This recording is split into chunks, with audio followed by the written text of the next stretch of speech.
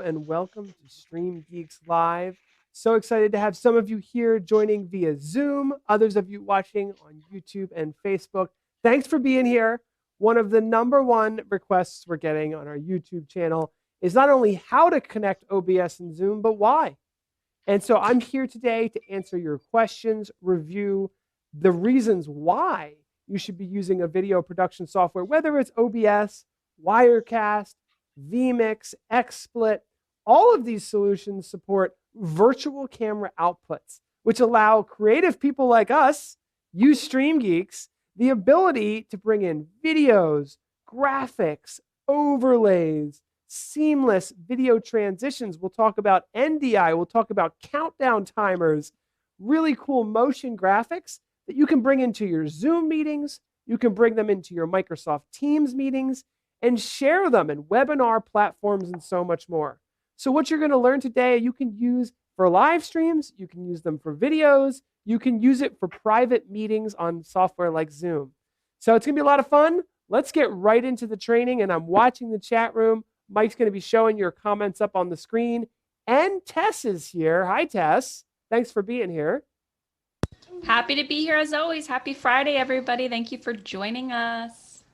Excited to have Tess here, and Tess is going to come in from time to time and say hi and ask questions and all kinds of other stuff. Thanks for being here, Tess. How do you like working from home so far? Well, I like some things about it, most things about it. You can hear I get to be with my babies, but they sometimes like to make a guest appearance, so you do have to deal with that. Well, it's so great to still have you here. Tess is our ear. She's listening in the chat room. She's in the Zoom room as well, which you guys are welcome to join. So ask your questions. Let's jump right into it. All right. So I've got OBS open here, and we're going to be taking a deep dive into OBS. But even more importantly, I want to start with my presentation, 10 reasons why you should be using OBS with Zoom. Why would you even want to do this? Well, first of all, OBS can become a seamless video switcher. That means you can have multiple different cameras, you can have multiple different video sources, and you can seamlessly connect those to Zoom and switch between them. So that's going to be a really powerful way, especially if you have multiple cameras. You can see we have multiple cameras here in our production studio, and you can connect to them super easily. So, and bring those directly into Zoom. The next thing is lower thirds, and I'm going to show you guys how to do this in OBS. I'm going to kind of toggle back and forth between OBS and Zoom, but you can build really awesome lower third templates, and you can bring those lower thirds over your video. Mike, why don't we go ahead and mute the Zoom people unless they want to talk, and then you can bring those lower thirds directly into Zoom, and it makes you look that much more professional when you're on those meetings and you're having those conversations. So it's really powerful for that as well. The next big one is just being able to play recorded videos. I've talked to a lot of people who like to be able to show a website, play a video, have a countdown timer, inject some music into your Zoom meetings, and it's an easy way to use your camera and microphone with Zoom to do recorded videos. So we'll show that. A really popular one that we'll dig into, and I'm going to share with you guys, is countdown timers. Everybody seems to love to have meeting countdown timers to make sure people are staying on time, and everybody is, I've seen this used in a couple different ways. One way is just to wait to the countdown to the meeting, but I've also seen this used to let speakers know that they're running out of time and they need to hurry up. So timers are great, and I'm going to show you how to manage your own timers. Plus, we have free video files that you can use that are kind of custom and really nice. Also, HD recording and streaming. So Zoom itself doesn't have the best quality of video. And I know my friends at Zoom aren't going to be happy, but it's true that Zoom, a lot of times, by the time your camera gets up to Zoom and everyone's seeing it, it can be, as low as 360p, which isn't even HD. So if you're trying to record a high quality Zoom session, do it in OBS. OBS can process your webcam and your video feed in 1080p, it can process it in 4K, right? And if you're doing an interview with somebody from Zoom, you can bring those in pretty close to 720p into your production. So at least your video quality is high in the video recording. So if you're recording something for YouTube or Facebook or an important meeting, you're going to get a lot higher quality. You can even choose the bit rate, which if you don't know what bit rate is the size, really the data that represents the quality of your video. So very important stuff. Then you can also stream with OBS. Now you can stream with Zoom, and we've got a great video on YouTube on how to use Zoom to stream. So if all you have to do is stream your meeting to Facebook, you could just use Zoom. But you can also use OBS to record and stream at the same time to an additional destination. And it's good to be able to do that. These are skills that you're going to be able to use in a lot of different ways. Another reason why you might want to use OBS with Zoom, and this also includes vMix and other platforms, is there's lots of great audio enhancements that you can do to your audio to make yourself sound better. And you can enhance your own audio. You can enhance the audio that you're recording. So if somebody is coming into an important Zoom meeting and their microphone levels are a little too low, you can boost those up. You can add some compression. You can add some gain. You can add some noise cancellation if there's some background noise. You can add VST2 plugins. Those are virtual studio technology plugins that we'll look at today. And this is based on your comments. You guys tell me which one you want me to dig into of these 10 that I'm presenting, and we're going to jump right in. So once I present these 10, let the audience drive the way, Tess, and Mike's going to show up the comments and everything, and we're going to dig into these. You tell me what you're interested in, but I've got 10 awesome audio plugins I'll show you how to use. Another great thing is green screens. So you can use a green screen with Zoom, and that's great, right? You can have a picture in your background, and that's about it.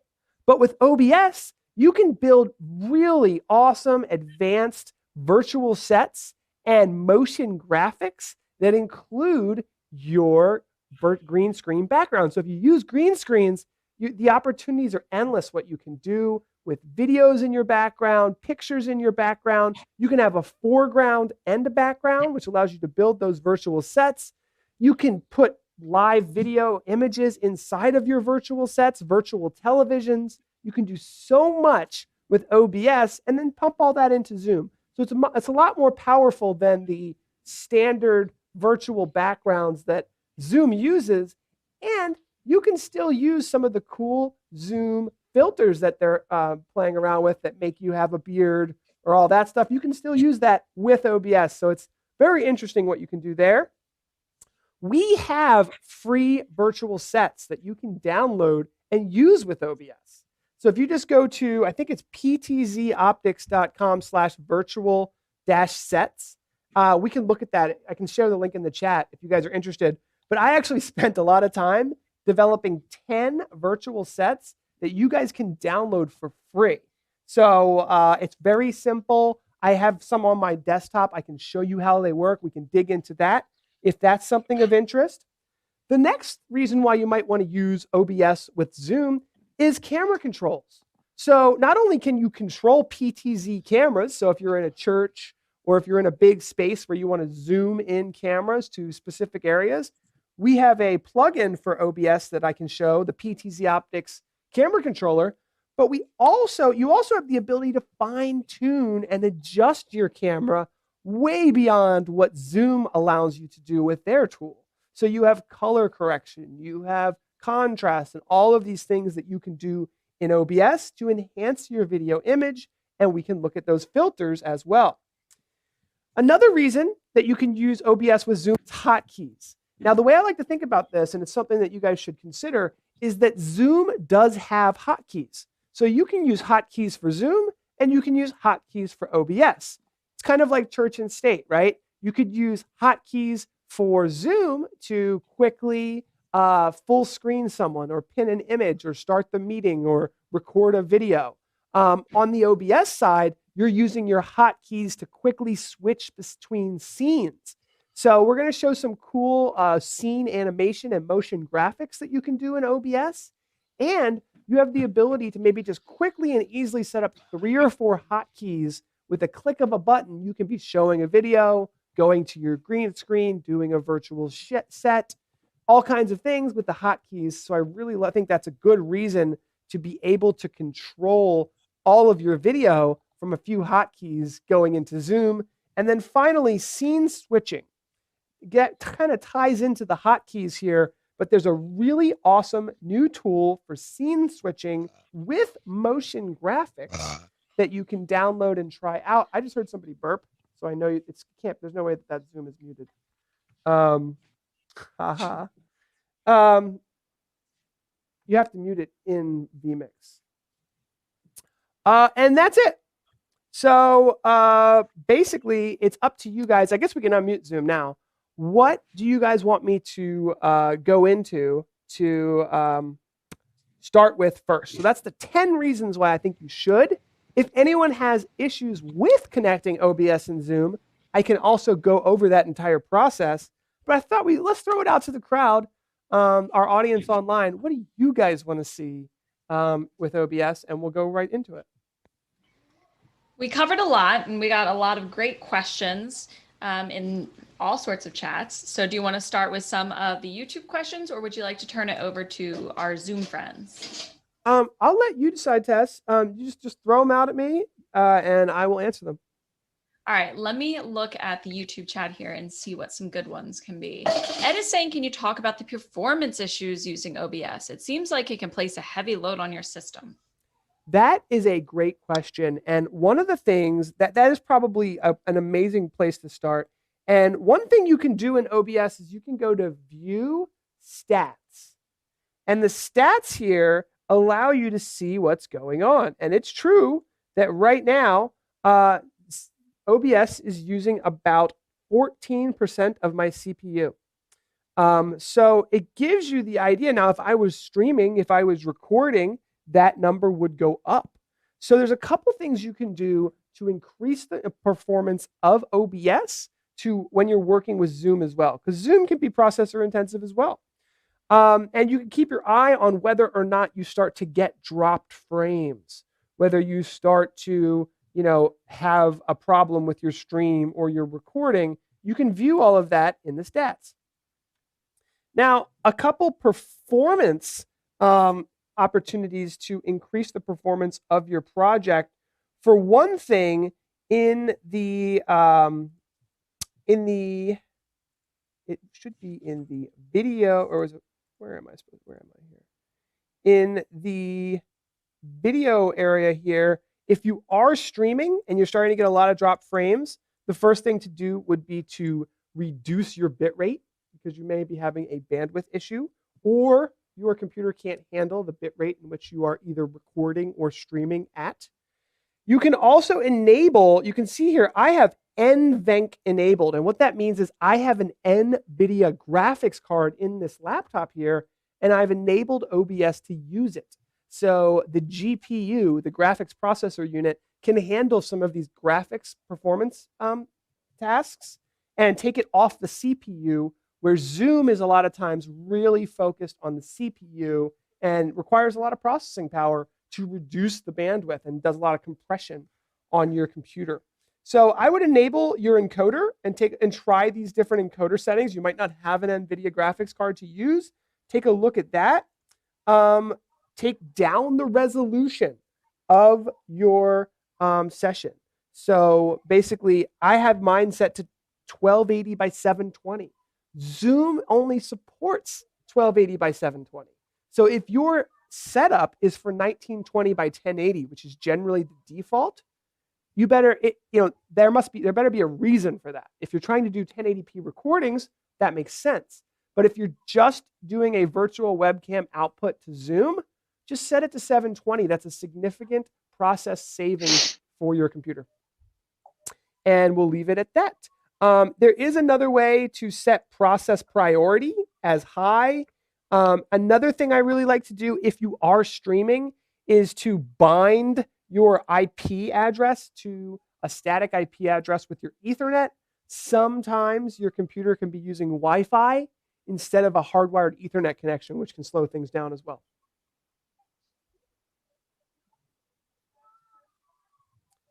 What's next, Tess? All right, we've got a lot of questions coming in here. Tom is requesting more information about sharing videos through OBS. And we did get some other questions about virtual audio cables as well. So maybe we could tie in those together.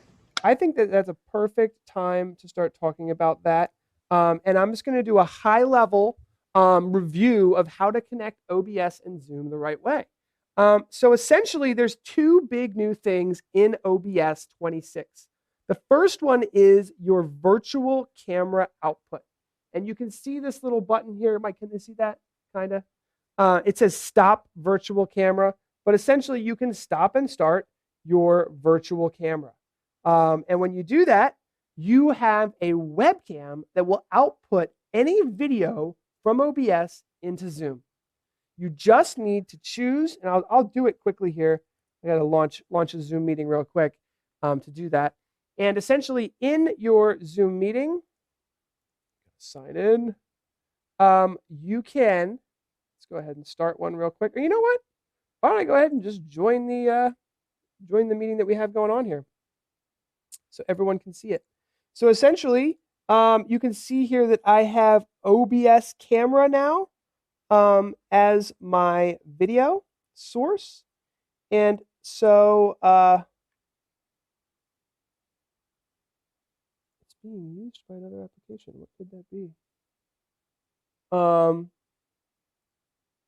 me just close and open OBS real quick. But you should be able to, of course that would happen when I'm doing a live demo. Let's see here. It should take anything from OBS and output it. Start virtual camera. Go into Zoom. Failed. Please select another video camera in the settings. Huh. Interesting. OBS. Oh, OBS virtual camera. There we go. I have the old OBS virtual camera. Now you have to use the new one. But essentially, you can see here, anything I do in OBS will be output to Zoom. So that is how you get the camera input in. So it's very straightforward. And to answer, I think it was Tom's question, Tess, you can see here I'm playing a video in OBS, and it's going to Zoom. Now with video, you need more than just the virtual camera, right? You also need the audio with the video. And that is where the virtual audios come into play. And I'm happy to start talking about the virtual audio cables because I believe that is where probably most people get tripped up. So let's dig into it. Now, regarding the full integration of OBS and Zoom, you may also want to have a second monitor. And with that second monitor, you may want to do a desktop capture of the Zoom guests, so that you can have a recording of the meeting and the video from the people from Zoom. So that's what this is showing here. This is my kind of crude diagram here. I think I have a better one that's coming up, but essentially virtual camera from OBS to Zoom to get the webcam. And then we have two virtual audio cables. One is used for the microphone input on OBS. The other is used for the speaker output so that you can actually record the audio from the far end. And in order to do that, and right now, just to give you an example of what we are doing, I can hear Tess, right? And Tess can hear me because we have this set up right now. I am using the audio output of my virtual audio cable to bring my audio from my microphone into Zoom, and Tess's audio, and anyone who wants to ask a question in the Zoom meeting can unmute, and I can hear them because through the virtual audio cable coming from the speaker output of Zoom is coming through. Now, Mike, what I'm going to ask you to do quickly is show that video show Tess in the Zoom session and bring that up on the screen. And what I'm going to do is, go ahead and just show that up on the screen. You just take her full screen if you would. And what I'm going to do is I'm going to show you guys our audio settings here. So go to the little caret at the up arrow there, and hit audio settings. Now what you guys can see here is that cable B has been selected as the speaker. So go ahead and talk, Tess. Hey there. Okay, we can hear her. Just if you're testing it, go ahead and hit test speaker. Okay, da-da-da. I can hear that. Now, you can also see that virtual cable A, as I speak, has audio coming in. So there's two virtual audio cables, one for the incoming audio, one for the outgoing audio. And that is what allows you to fully integrate OBS with Zoom. Now, the other thing I wanted to mention, you can get the virtual audio cables at VB Audio Cable. They're basically free. I think for one version of it, you have to pay like a donation of $5. Sorry about that. It's not my company. I would give them away for free if I could. And there's a new plugin called OBS Audio Monitor.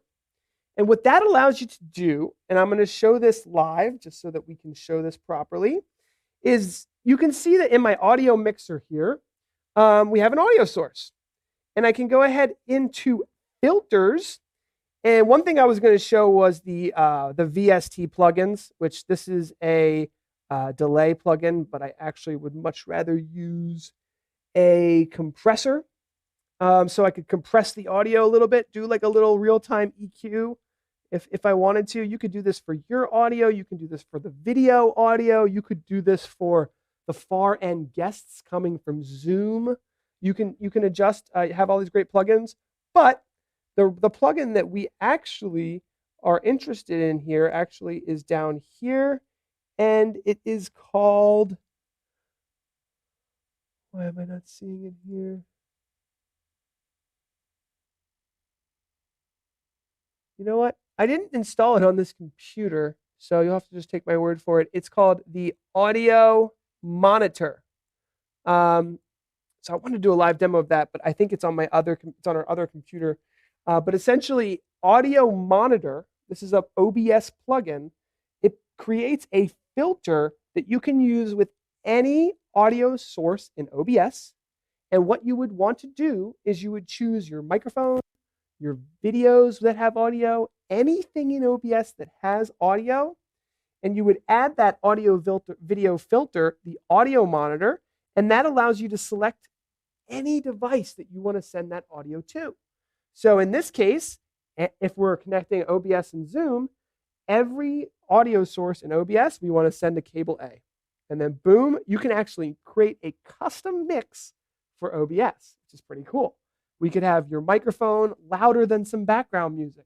You could have your video a little louder than another source. The only thing that you don't want to do is you do not want to send the audio that you're capturing from Zoom and send it back to them, because that will create an audio loop. So that's the only one that when you're monitoring your audio, you do not want to have sent back via cable A. Now, when you're testing and configuring, you can just do what we showed a moment ago, where you open up the Zoom settings of the audio there, play that test speaker and see if you hear it in OBS and in your headphones that you're monitoring with. Speak to the people on the far end in Zoom. If you don't have anyone in your Zoom session, just look for those levels in that little microphone bar. Assuming it all works, you are good to go. Now, I have some troubleshooting options as well that we can talk about if you are having issues with this. But Tess, I'd rather just keep going with our Q&A, and that should be probably the most helpful for everyone. Okay, Star of the Sea Productions wants to know, how do you add audio delay to match lip sync? That's a great question. And I'll be honest, a lot of people have audio sync issues with OBS. So we actually created an audio sync video for OBS. Let's see if I can find it here. Here it is. How does it work? So this is like the ultimate way to do this. So we have this video file that you can download. And man, I have a whole presentation on it. Essentially, what happens is it's a video file that plays. I'd really like to just grab that video file. Where is that thing? essentially you play this video file and it can figure out exactly how much audio delay you have. And when you figure that out, you can go to the Advanced Audio Properties tab and you can add an off sync. Now, you could use that video that we created, and there's a downloadable there, and I can send it to you. But essentially, what always happens is that your video is coming in slower than the audio. It always happens that way because audio is low bit rate, video is usually high bit rate. So it takes more bandwidth to get the audio, the video in than the audio. So the video is slower, whether you're using an IP stream or whatever, there's video latency coming in. Now, essentially what you do is you offset the audio, you delay it a little bit. Even right now, we have 80 milliseconds of audio delay on my microphone. And I think the audio sync is pretty good. So here's a simple tip. You can just do an audio test. You can record yourself and go like this. 5, 4, 3, 2, 1, 0. Do that a couple times, and that gives you a visual on, okay, I said 5 when I saw 5, and you try to get those two things to match. That's the best way to do it. And then what I say to do is you just keep adding 25 milliseconds of latency. So start with 25, then do 50, then do 75, then do 100, then do 125. Eventually, you're going to say, wow, that looks really good. Do not go past.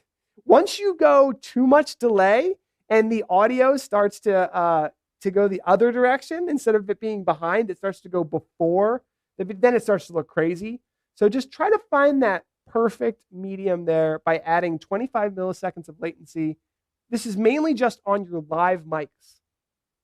And make sure, by the way, if you have 2 mics or 3 mics, or like Tess and I are in the same studio, they must be the same or you will get an echo.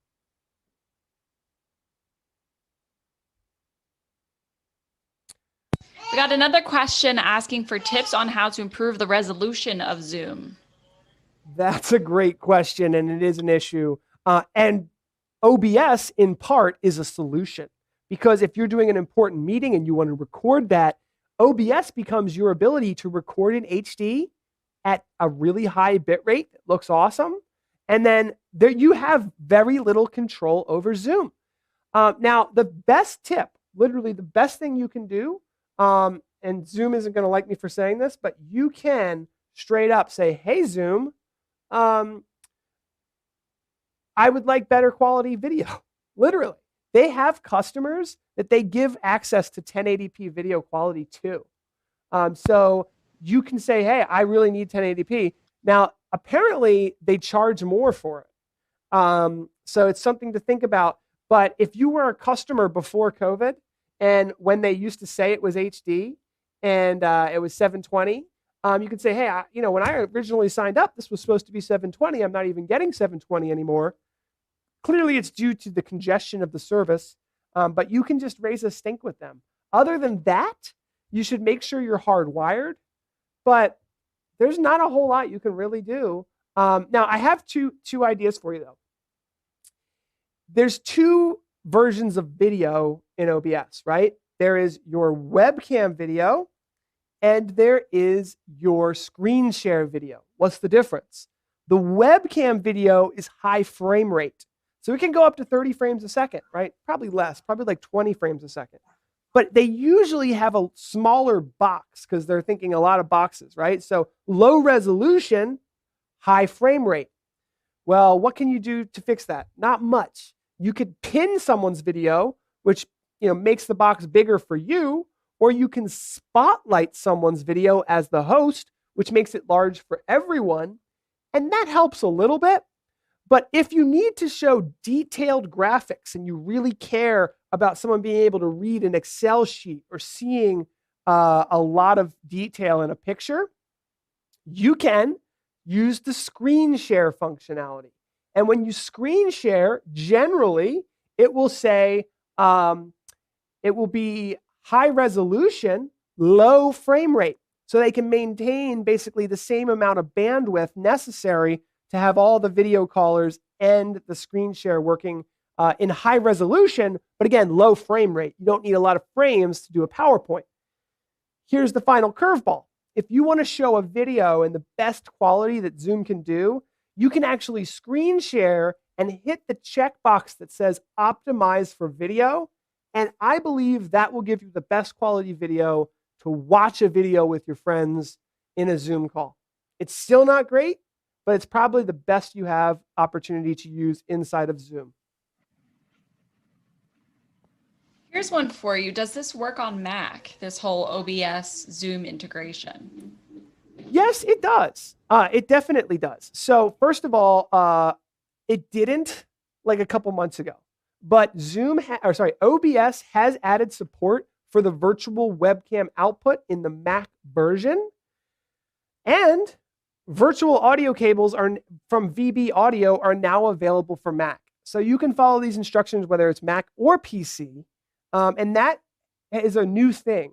When OBS first rolled this out, they rolled it out for Windows, and our Mac friends couldn't do it. The virtual audio cables were only available for Windows for the longest time. But now pretty much everything is available for Mac as well.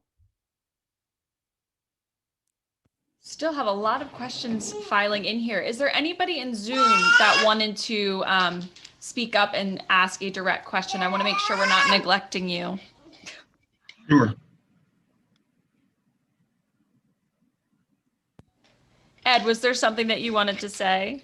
Yeah, actually, I wanted to make a comment earlier when you were talking about the screen sharing. Because we use Zoom. I work for a county government, and we use Zoom extensively for tons and tons of meetings.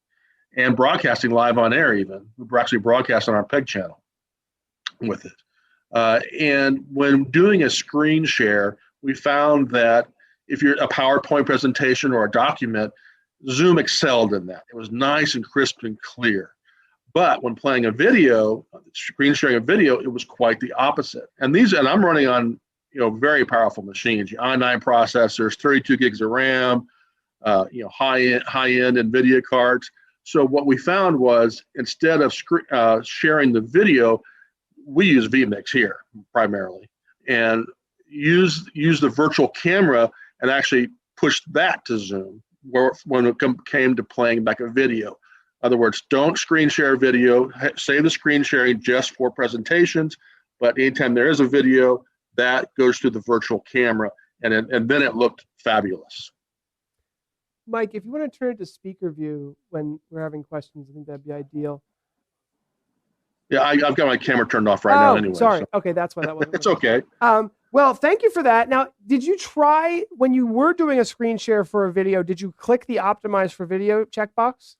Oh yeah, we have that checked across the board, but that was just something our own personal experience with it was that the video is actually played smoother and better quality when we used them in a virtual cameras versus a screen share.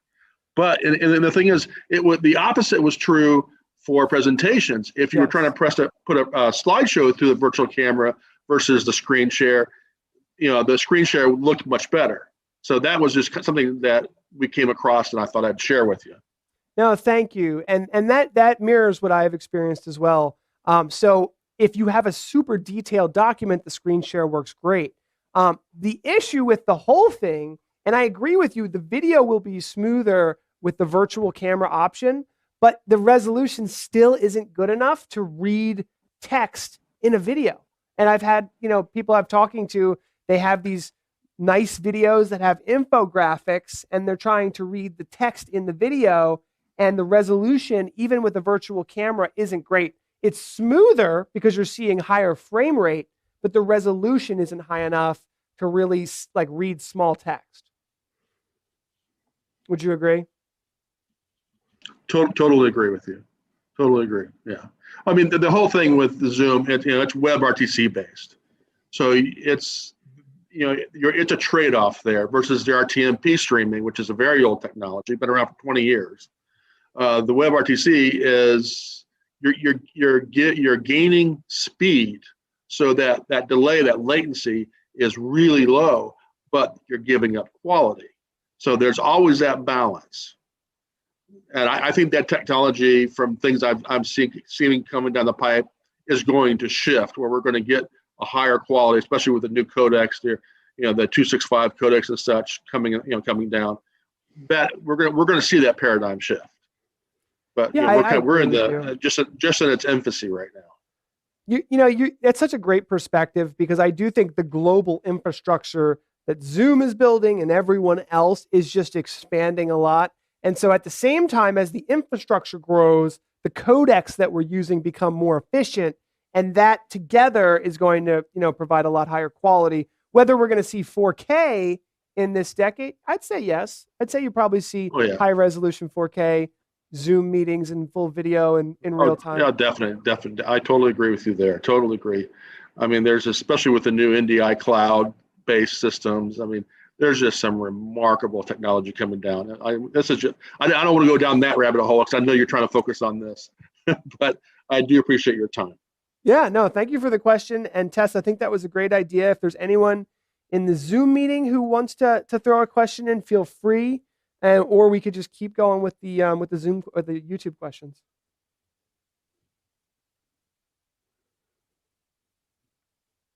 What do you think, Tess? Hi, Keith. I see Keith had a hello, I'm Keith Collins. I want to talk about this Shure microphone, the MV7, available like at Guitar Center or online. Perhaps you have experience with it. What's really amazing, this USB microphone is professional quality. It connects to your computer with USB. It has a professional audio XLR output on the back, so you can run it with a PA system if you wish, or any other audio gear.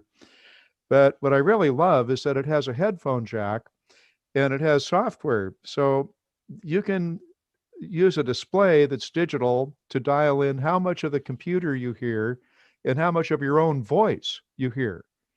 So it's really comforting to hear your own voice the way others will, just directly with this device. So you just plug any headphone set into it, and there you go. So it also comes with software that allows you to set things for presets to make you have an announcer voice instantly. It has compression built in and EQ, and you can certainly use the other things with OBS. But, I worked with virtual AB a bit, and I found for something real quick and fast, this gets me some of the functions I needed without having to do any extra work. So I just wanted to share some happiness. It's $249. Thank you so much for sharing that, Keith. I'm a big fan of Shure. We have the Shure SM7Bs in our podcasting studio. Huge fan, but I think that was a huge innovation with Shure. I'm happy to see them have the whole Shure Movi line of USB products with basically they have profiles, right? There's like 5 or 6 super simple profiles that you can click between to enhance your audio. Yeah. So smart, because the VST3 plugins from our VST2 plugins available in OBS, which we can dig into, are great. Now, they're a little complicated to use. You need to know what you're doing. But the nice thing about those plugins being available in OBS is that you can add those to the incoming audio. So you can enhance the audio coming in from the far end of the Zoom call, which is generally the issue, right? You've got somebody who's the CEO of the company. He's using a built-in microphone to his laptop, and it doesn't sound very good. Now, hopefully we can get him a Shure 7MB. What's that you got there, Keith? Well, I am holding a Behringer Euphoria class audio mixer. This, once again, is a little outboard device. They make a 2-channel model that is about $120. This one is 4 channels. For the geeks, you can see on the back, there are plenty of connectivity options with this thing.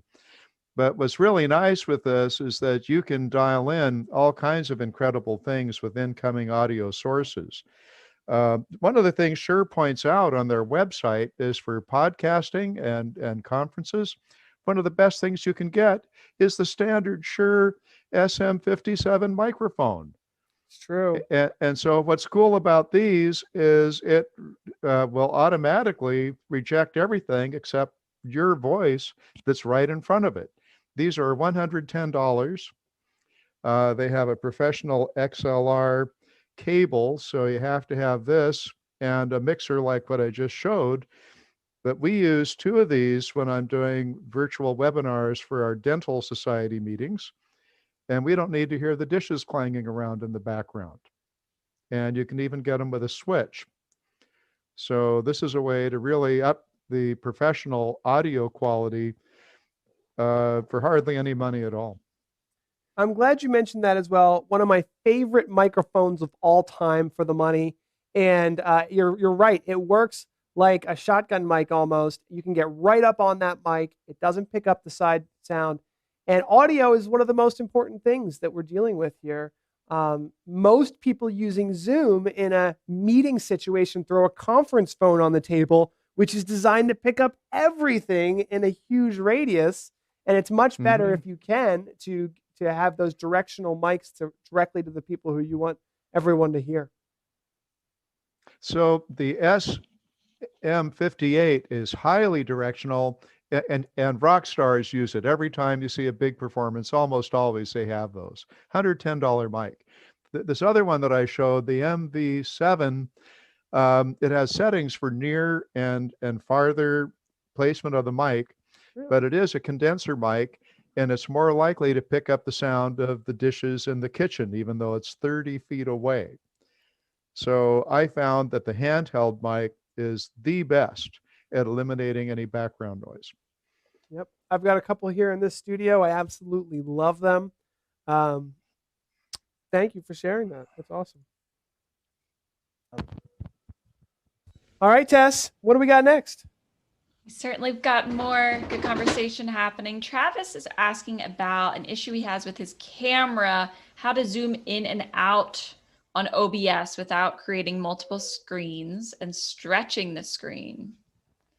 Do you have any experience with that, zoom Paul? in and out? Now, is he talking about optically zooming in with a PTZ camera, or is he talking about digitally zooming in between multiple scenes? He's actually using a Blackmagic. Okay. And what is he trying not to do? Hello. Hi. Can you guys hear me? Hi, There he Travis. is. Yeah. So I'm streaming for my church, right? And right now what we have is a Sony camera, and we're using it with a Blackmagic.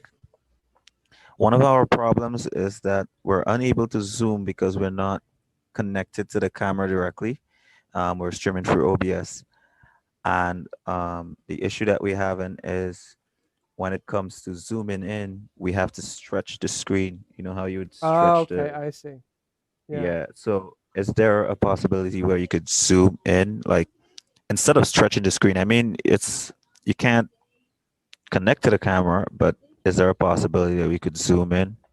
Is that Travis, you need a PTZ camera. Yeah. Oh my God. I mean, All right, so you kind of almost need a PTZ camera, to be honest. yeah, that's impossible, right? Yeah, I mean, you literally need a PTZ camera to do what you're asking to do, and you Okay. definitely needs, even with a Blackmagic camera, you need to be connected to the camera. Like if you see my screen here, what you seem to be asking to want to do is to actually zoom in with optical zoom, right? So this camera I'm using is a PTZ Optics 30X camera, and from 75 feet away, I can zoom in, to a head and shoulders shot of a pastor at the front of a church. Okay. So that's what you're asking for. Some Blackmagic cameras have remote controllable lenses, but digital zoom, you could get away with digital zoom a little bit, but be careful with it because, as Quality, you're saying, it pixelizes pretty quickly. Yeah, it drops a lot of quality. The good thing about it is the camera is a very good one, so it doesn't. Yeah, but the thing that we struggle with is lower thirds. We do a lot of live lower thirds, right? And we don't use stuff like Easy Worship or any of these software. What we do is we would have those lower thirds created in advance, or we would use Facebook has this feature where it connects to OBS, where you would use a browser source. We would use some browser source to make lower thirds, but is there like something that makes it much easier, like to do live lower thirds? Like probably not sure if what you guys are doing are live, but that is one of the things that we. So there's a couple of things to think about there. One is are you trying to bring in social media comments from the viewers live, or is it just the titles for a known amount of people that are going to be coming into the show or the production? Okay, so it's the titles, right? And also, let's say if we're gonna, let's say if the pastor is preaching, right, and then we have to change his scripture or something of that sort, or the name of somebody. It's not always predetermined. Something might pop up now and then, so we would want to be able to change it live, or to change it where we could. Well, we're looking at speed at the same time. Let me see if I can open up a quick presentation. I don't want to go on too far of a tangent here, but we just had the Worship Summit live where we were talking all about how to optimize OBS for live streaming worship services. And I want to show you really quickly what the Trinity United Church is doing, because I think anyone using OBS can learn from this. One of the things that they do is they're very organized with the naming of their scenes. So literally every scene has a time. So if church starts at 10 a.m., they have a scene, a name, and a time. And then time just goes right down the list. You can see if you can see my screen here, I should probably take my own advice and share my screen so you can see it in high resolution here, since we were just talking about that. But essentially, what they do something that I've never seen done before. And you can download literally a 25-page guide that John Roberts wrote about this, because I thought it was so genius. I was like, John, can you write this down? Can you share it with us? And here, just screenshot that or find that. It's ptzoptics.com/worship-streaming. But essentially, I'm not going to go into all this right now. I do think it's really important to, when you build your scenes, to number them and put the time. And then, for example, if you have a sermon, right? But sometimes the pastor is on the left, sometimes they're on the right, sometimes they're in the middle. You can create, see how he has 13 here? Start left, start right. He has these alternate scenes. So he's prepared to go to a different scene if the pastor is presenting in a different way. But here's the answer to your question that I found really amazing. What he does is he's got a computer at church, right? And the computer at church is running OBS. All of the titles are using text files that are synchronized by the Google Drive. Now, it could be synchronized by Dropbox, could be synchronized by Microsoft Cloud. But essentially, all of the titles, all of the lower third titles in OBS are referencing text files that he updates before he even gets to church. So he updates the date, he updates the prelude, he updates the postlude, he updates the copyright text.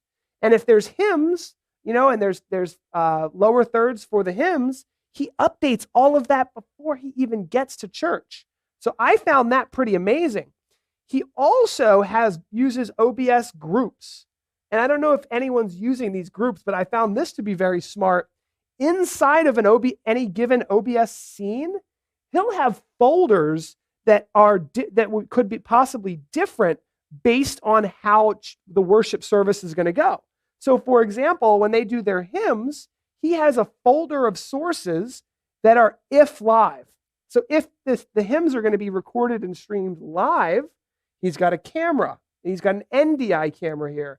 He's got an audio source.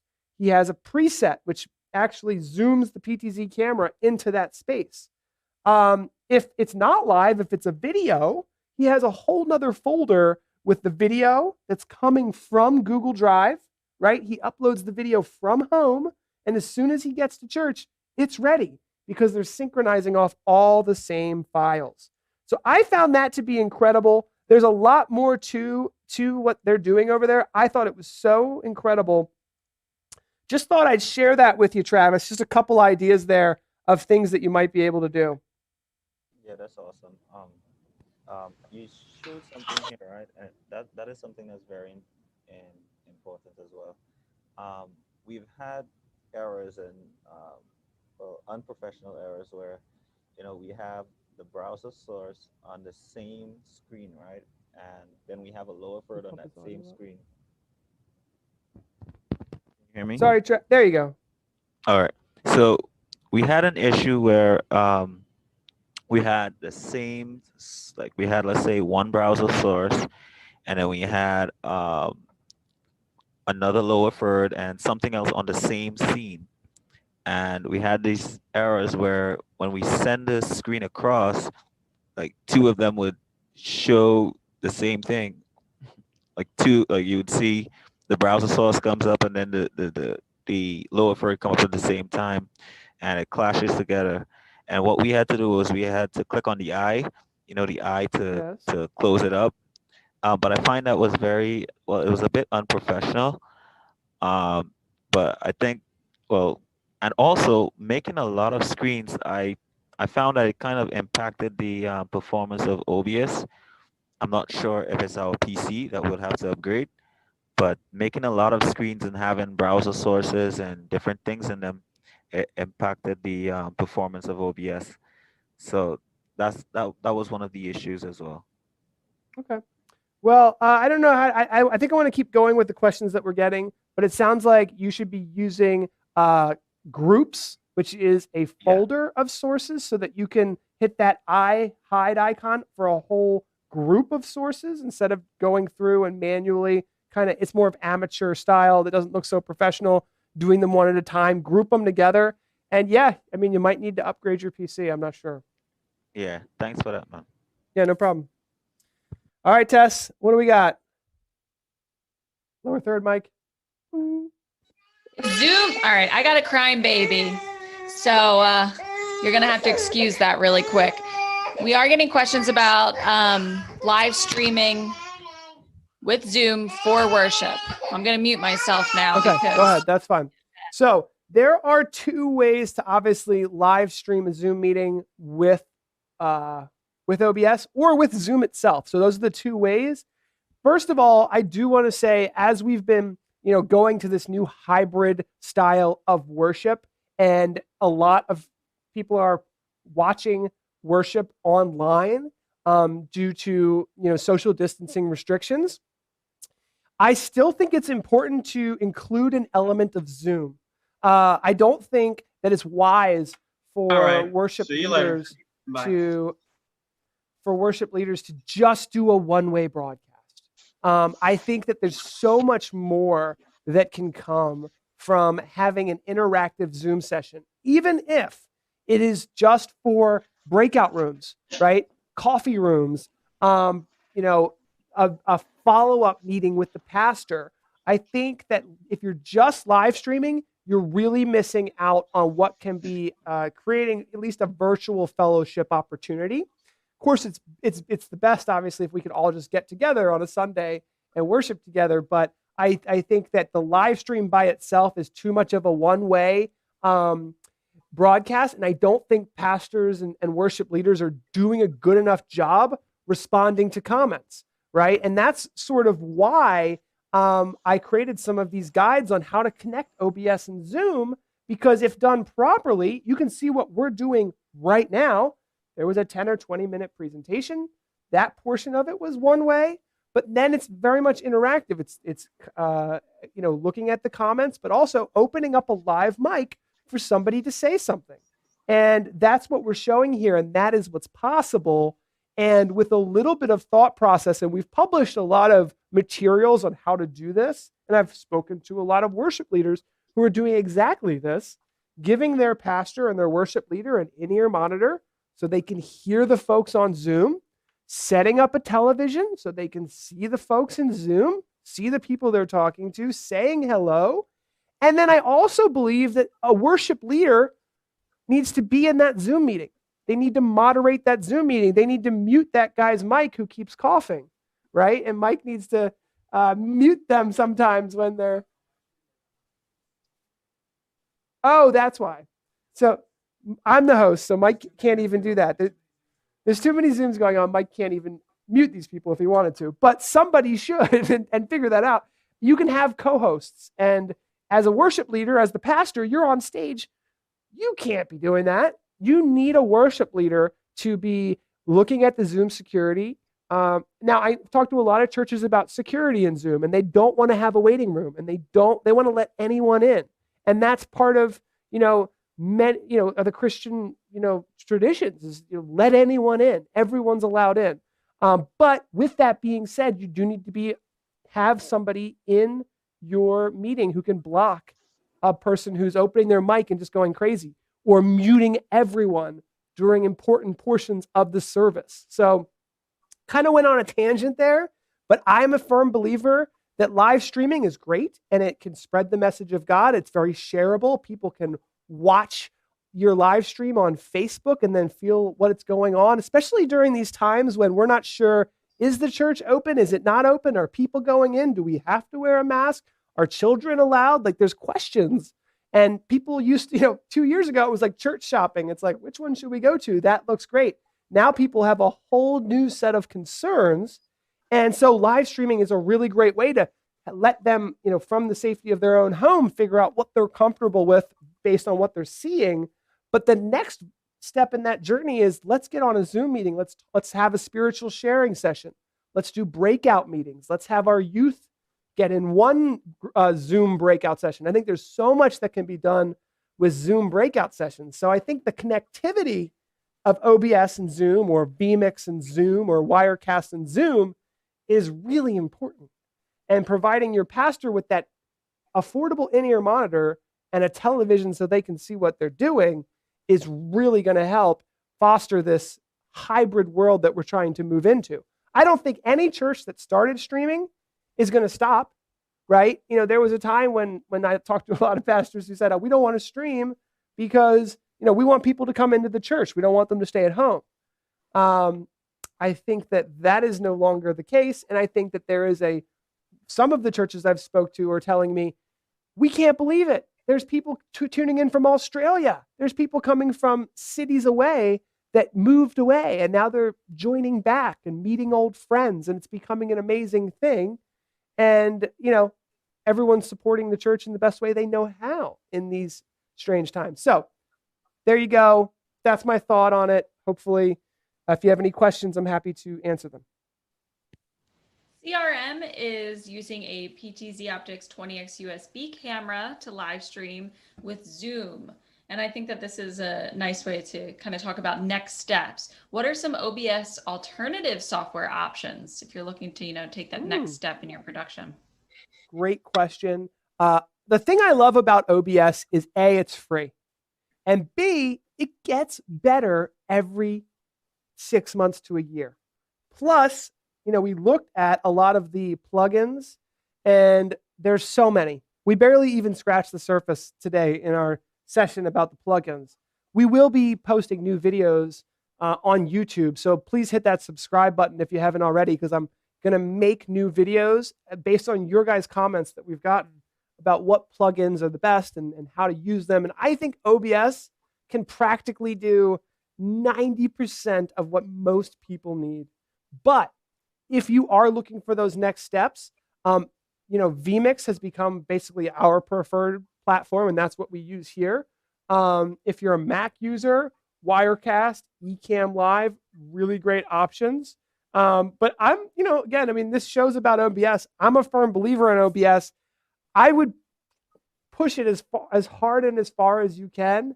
And if you're not getting where you need to go, then I would look at vMix if you're a Windows user, and I would look at Wirecast if you are a Mac user. I noticed today we're getting a lot of introductory questions about using streaming software. Welcome, because I've seen that you're fairly new to our content. Paul, what would we say to all of our new friends right now who are just starting to use this type of software? How can they get the best information to learn sort of these basic features? Let me see if I can find, I got it. All right, perfect.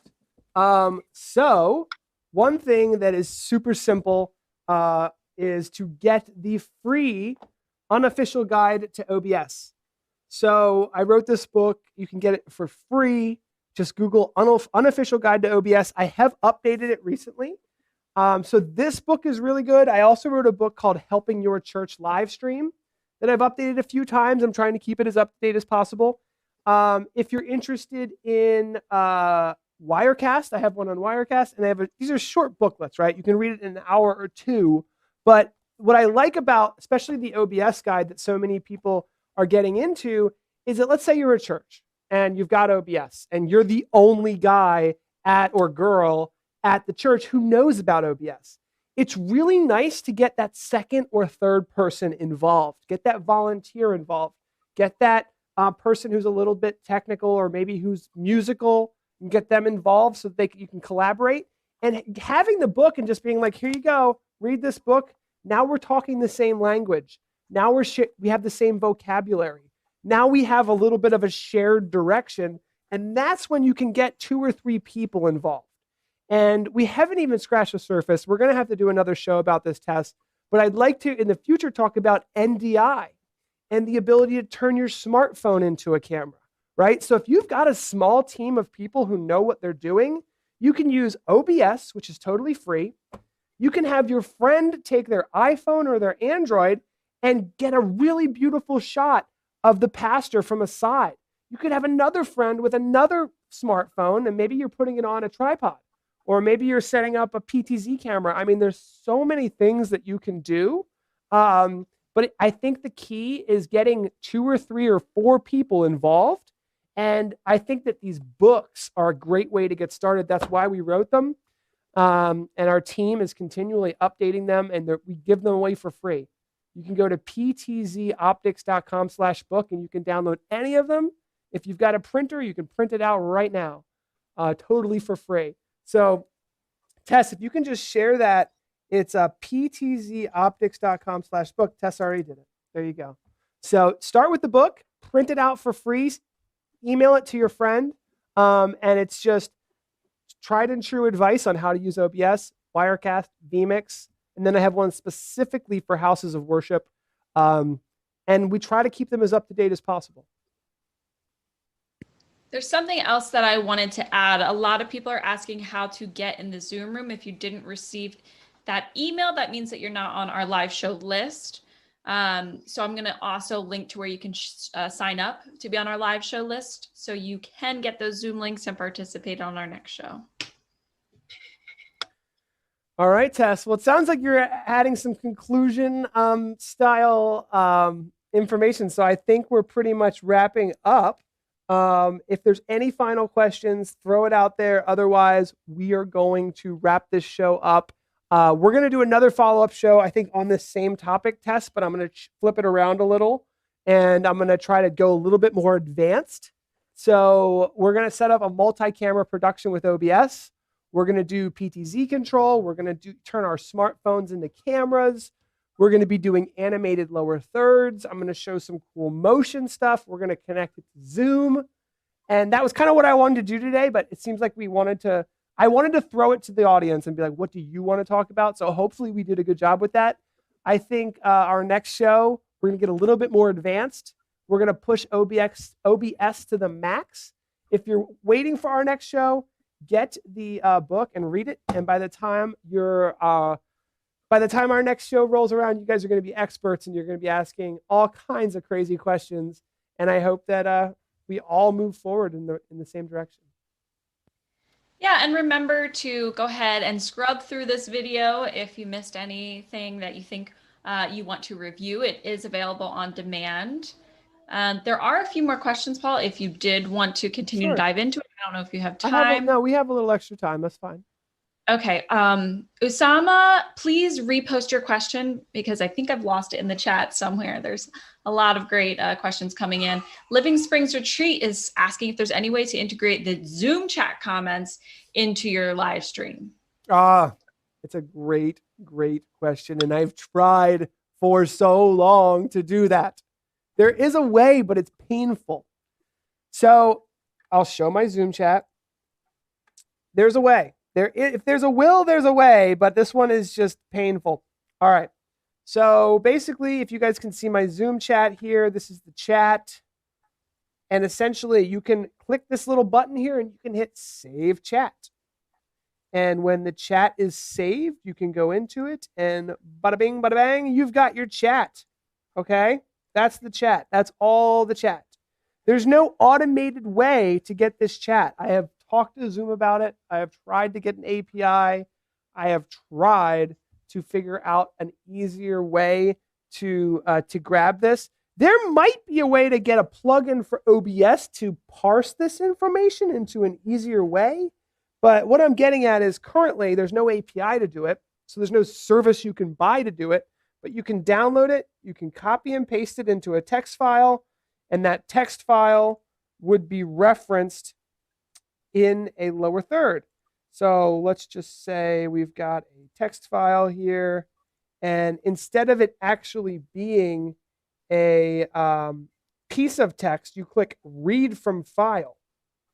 And that file, let's just put it on the desktop real quick. We'll say New. We'll just call this Zoom Chat. This is the type of stuff you kind of have to do with OBS sometimes. Click OK. All right, so there's nothing in that file yet. But when I click Save, now it's here. So you could theoretically build a Zoom Chat lower third.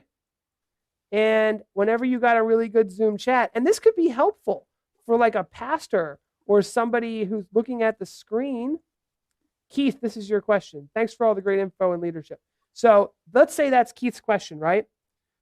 Somebody, if you wouldn't mind, somebody just put something in the Zoom chat, just to show this real quick. So somebody pop something in the Zoom chat, just anything else, and I'll throw it into the lower third as an example. So thank you. Martin said this is something. We go ahead over to our pad here. Boom. Save. Now it says this is something. Now, it's not, I don't think it's a horrible workflow, and here's why. If you have OBS set up the way we were talking about today, where you've got a lower third and it says Zoom chat information, and it's referencing a text file that's on your Dropbox or your Google Drive, that can be updated from anyone in the world.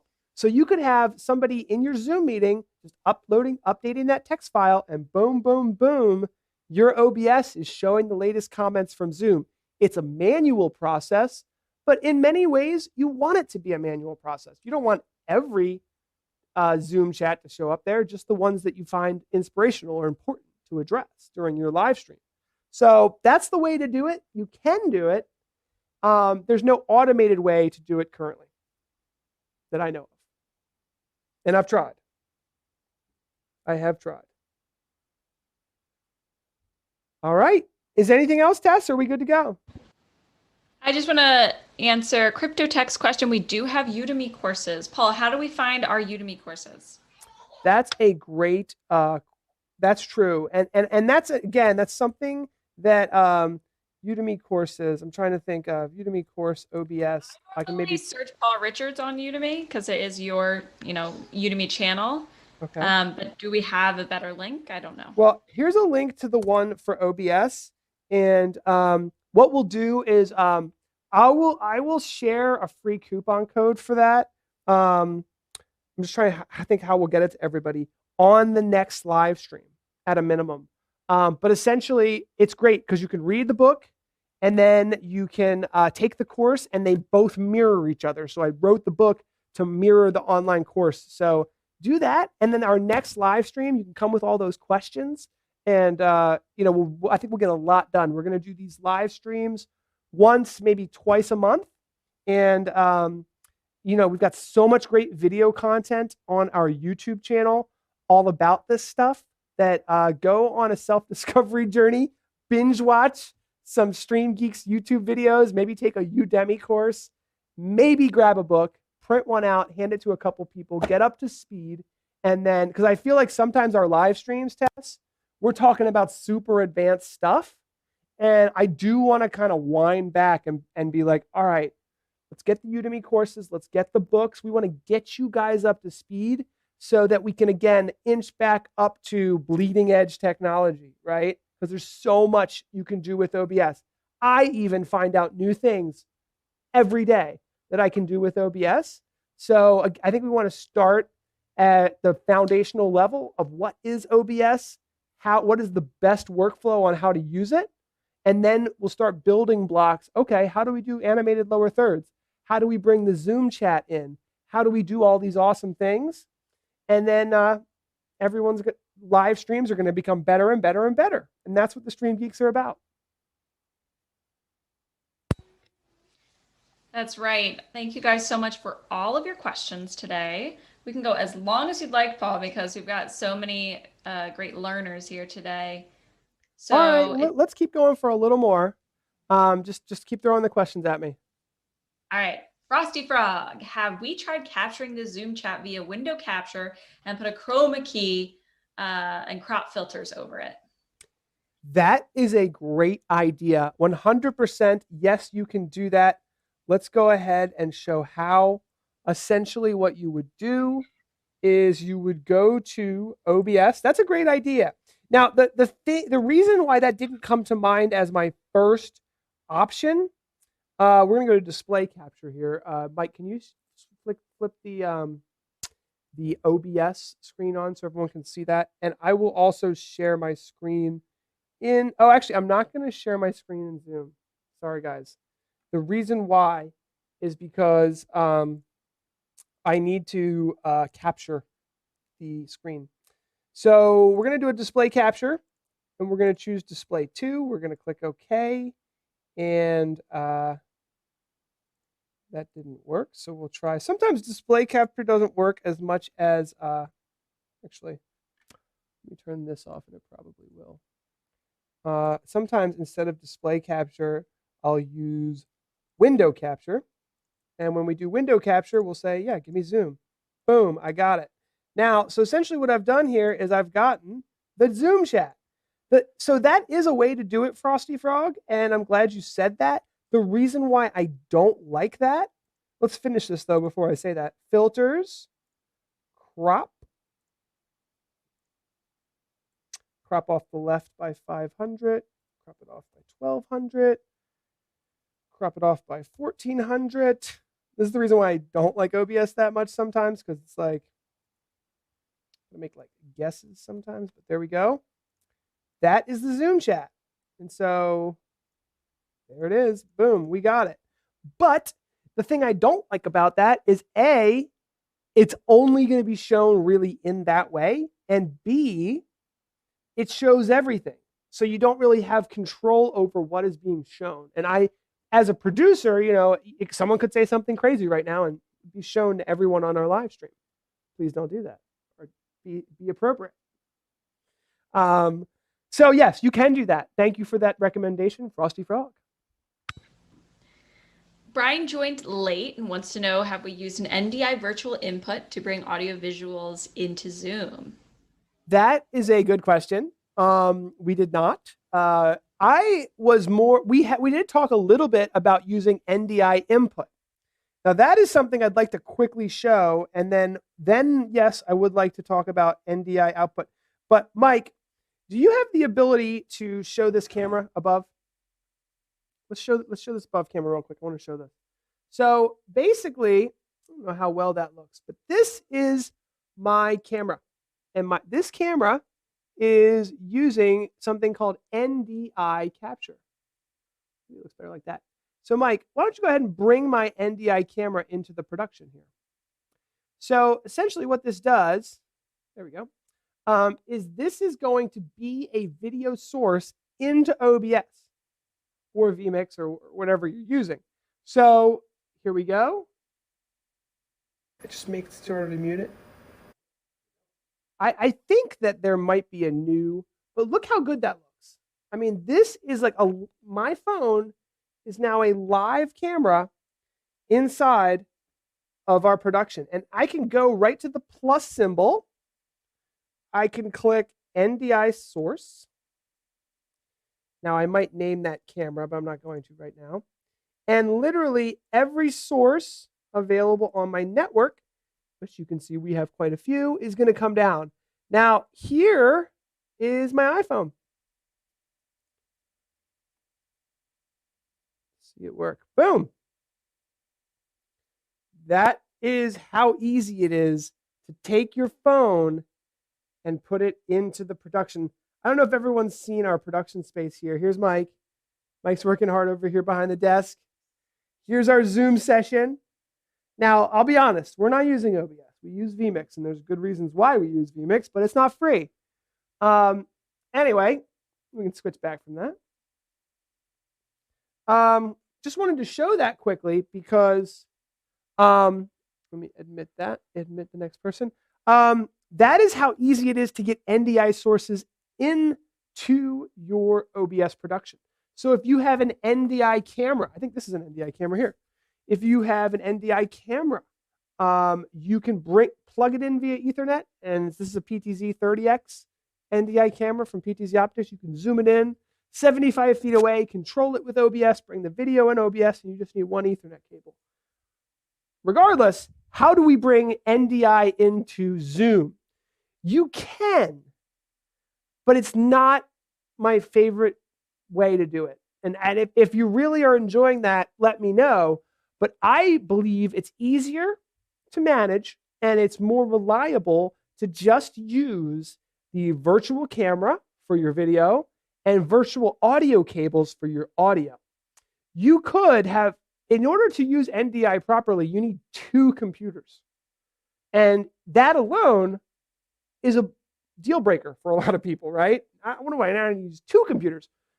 NDI with a network in between allows you to send the video and audio from one production switcher, let's say OBS, to another computer running Zoom.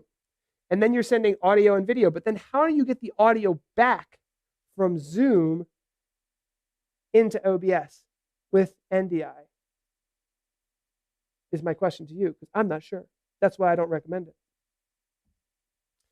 All right, Tess, what's next? Unless he has the answer to that question, we'll keep moving on. Does anybody have the answer to that question? Anybody on Zoom? Yeah, that seems like a tricky one. Travis just commented saying you can do this using a mixing board, unless this is a separate conversation. Okay. Does the NDI app on phones work on vMix as well? Yes, it does. And the better your phone, the better the quality, the better your Wi-Fi, the better it will use. It will work. And if you're really getting advanced, some people like to use, you could bring your phone into Zoom via OBS. And that's kind of cool because now OBS can have your main camera, your audio, all that. And then you could throw a phone in the mix. You could throw 2 phones in the mix, right? You can do quite a lot with NDI camera app. I love it. Another thing to consider, by the way, is something I haven't even thought of, but now that I'm thinking about it, it's the reverse of the NDI app, which is the NDI capture. So let's show this again, Mike. So what this is the opposite of the NDI camera. This is, you want to zoom in on a little bit? We got our ceiling camera can zoom. Let's see here. Can it focus? Yes, it can. This is the opposite of the NDI camera app. This will capture anything on my phone. So now I can just peruse around. And Mike, this is actually something I wanted to try anyway. Can I just play Mario Kart for a second here? Oh, Mario Kart's off. Let's try Mario Run. All right, Mike, can you bring that NDI source in? So this is now an NDI source that's available. What the heck is this? All right, is available in OBS or vMix. Now the reason why I bring this up is imagine if you had Zoom running on your phone, right? So really quickly, I do have Zoom running on my phone, and I should be able to join this meeting. And I should be able to bring Zoom directly into OBS with this. So that's something I never even considered. What's the meeting number on this? Let's see here. It is. I guess I shouldn't say it over the live stream. Don't say it, Tess. I'm asking you to break the rules. That's not nice. I think I have to hit. Oh, just tell me, Tess, and we'll keep the bad guys out. Okay, 944-034-85860. What's the password? 586046. Hopefully Julia's not watching. All right, I'm going to join without video. Mike, what does that look like on your side? From my phone. Look at that. Pretty cool, huh? Can you let me in, Tess? Oh, there we go. You go to participants. I don't see anybody in the waiting room. Are you in? I'm in. Oh, I see. I How's see that you look? as Right. It's not really pulling through properly. It's just showing that. Oh, that's weird. I saw our feed for a second. There. Now it's me.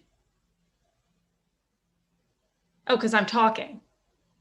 Mike's going to try to refresh the NDI. I don't think that the NDI capture. I just was interested to see if the NDI capture app is not working. Yeah, I thought that I thought it might work, but I think that's a little bit too much for the iPhone to do. So yeah. Oh, you know what? The broadcast just stopped. It's not really designed for that. So sorry, I just went off on a tangent. Maybe it's time to. We're experimenting now. Maybe it's time to close the show. Is there any final questions? We're getting some nice comments in here, but I think that's kind of wrapping it up for the questions. Okay. Yeah, we're getting into some pretty advanced stuff, and I think it's a good idea to stay basic with this one. Catch up next month. So that'll be March. Our March live stream is going to be coming up. We're really excited about it. Please just let us know in the comments. Email me and Tess, paul.richards@streamgeeks.us, tess.protesto@streamgeeks.us. Let us know what you think our next show should be about. I think I've got a pretty good idea based on your feedback. So thank you so much for watching the show. Hit the subscribe button so you can. We got some cool videos coming out, don't we, Mike? We got some really cool stuff coming out. And it's all based on your guys' comments and what we think everybody needs to push the envelope forward in the video production industry. So thank you so much, everybody. Take care.